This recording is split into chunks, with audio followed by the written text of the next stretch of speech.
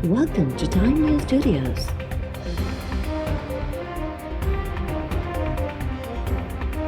You are watching 11 AM Bulletin. Supreme Court Daniel Pearl case में जवाबदारनि जी नज़रबंदीअ वारे उबूरी हुकुम में हिक ॾींहं जी वाध करे छॾी। उमर शेख सूधो ॿियनि जवाबदारनि जी आज़ादीअ जो फ़ैसिलो मुअतल करण वारी अटॉर्नी जनरल जी इस्तदा रद्द। जवाबदारनि जे बरियत वारे फ़ैसिले ख़िलाफ़ सिंध सरकार जी नज़रसानी दरख़्वास्त ते ॿुधणी दौरान अटॉर्नी जनरल चयो त सिंध हाई कोर्ट वफ़ाक़ी सरकार जो मौक़िफ़ ॿुधण बिना जवाबदारनि जी आज़ादीअ जो फ़ैसिलो ॿुधायो। वफ़ाक़ खे हिन केस में धुर बि न बणायो वियो। सुप्रीम कोर्ट रिमार्क्स ॾींदे चयो त सिंध हाई कोर्ट जे ऑर्डर शीट ॾिसण बिना फ़ैसिलो कीअं मुअतल करे सघिजे थो। असां फ़ैसिलो मुअतल नथा करियूं। हिन केस में जवाबदार न पर हुकूमत कटहरे में आहे। अदालत सिंध हाई कोर्ट खां केस जो रिकॉर्ड तलब करे वरितो।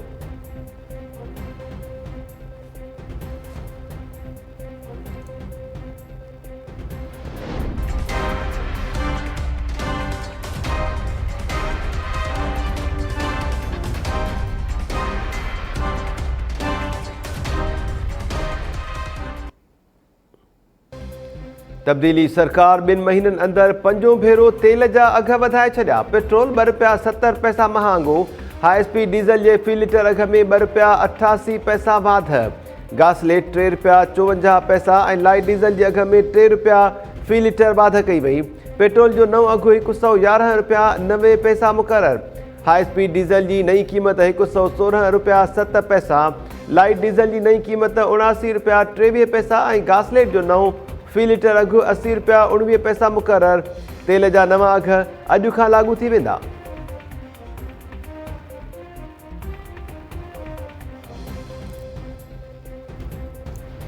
हुकूमत को वाज़ेह कर देना चाहते हैं कि 31 जनवरी तक हुकूमत मुस्ताफ़ी हो जाए। अगर 31 जनवरी तक हुकूमत मुस्ताफ़ी नहीं होती तो फिर सरबराही इजलास इस्लामाबाद के लिए लॉन्ग मार्च का ऐलान कर देगा।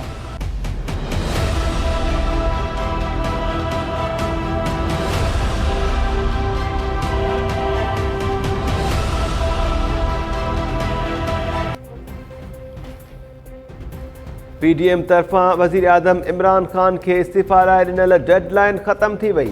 Peoples Party chairman Bilawal Bhutto Zardari चयो आहे त नाजाइज़ हुकूमत वटि इस्तीफ़ा ॾियण जो बाइज़त मौक़ियो हो। वज़ीर आज़म इस्तीफ़ा ॾेई शफ़ाफ़ चूंडुनि ज़रिए जमहूरियत खे अॻिते वधाए पए सघियो। गॾियल अपोज़िशन खे हाणे कठपुतलियुनि खे हर हाल में हटाइणो पवंदो। पीपल्स पार्टी जमहूरी तरीक़ेकार ते यकीन रखे थी। सेनेट चूंडुनि में शिकस्त खां बचण लाइ आइन में तरमीम जो रस्तो इख़्तियार करण मां हुकूमत जी मायूसी वाज़े नज़र अचे थी। सेनेट चूंडूं साबित कंदियूं त हुकूमत जा बुनियाद कमज़ोर आहिनि। बिलावल चयो त एस्टेब्लिशमेंट हाणे सियासी वेढ़ सियासतदाननि ते छॾे ॾिए या पाण खे तकरारनि में धिकण जो ख़तरो खणे।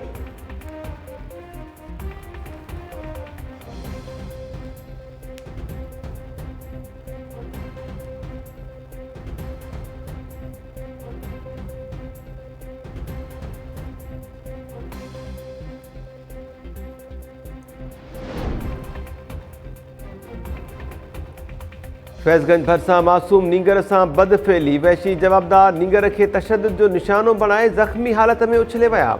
नींगर इस्पताल मुंतक़िल। डॉक्टर्स पारां बदफ़ेलीअ जी तस्दीक। नींगर जी अमर इल्ज़ाम हयो आहे त जवाबदार आलण ऐं इंसाफ़ मक़सी नींगर सां बदफ़ेलीअ बाद मथस तशद्दुद कयो।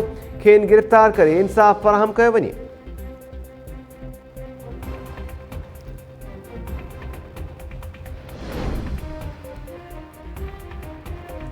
लाड़कानो जी चांडिका अस्पताल में डिस्ट्रिक्ट एंड सेशन जज सैयद शरफुद्दीन शाह जो दौरो। इमरजेंसी वार्ड में सफ़ाई जे नाक़िस इंतज़ामनि ते कावड़ जो इज़हार। मरीज़नि पारां दुरुस्त इलाज न थियण जूं शिकायतूं। मुअज़्ज़िज़ जज एमएस ऐं डॉक्टर्स जी गैर मौजूदगीअ ते कावड़ जो इज़हार कंदे चयो त जेकॾहिं अस्पताल में एमएससी न हूंदो त अस्पताल जो निज़ाम कीअं हलंदो। एम्बुलेंस में ऑक्सीजन सिलेंडर ऐं एसी जी बि सहूलियत न आहे।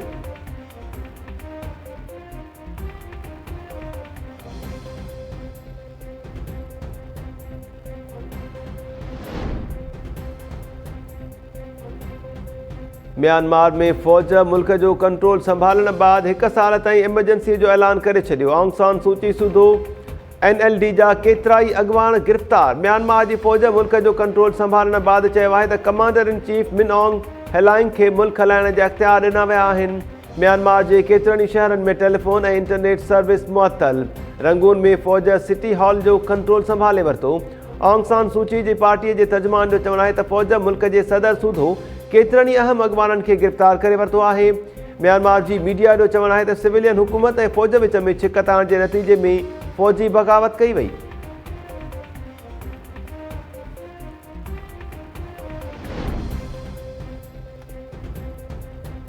दुनिया के मुख्तलिफ़ मुल्कन जो म्यांमार में फ़ौजी बग़ावत और सूची सूधो सियासी अगवाननि के गिरफ़्तार करण खिलाफ़ सख्त रद्द अमल। अमेरिका और बरतानिया सूधो ॿियनि मुल्कनि के सरबराहन तरफा म्यांमार के चूंडियल नुमाइंदनि के जल्द आज़ाद करण जो मुतालबो। व्हाइट हाउस के तर्जुमान खबरदार किया है म्यांमार की फ़ौज तरफा खयल कदम वापस न वरता वया तो ज़िम्मेवारनि खिलाफ़ सख्त एक्शन खयो वेंदो।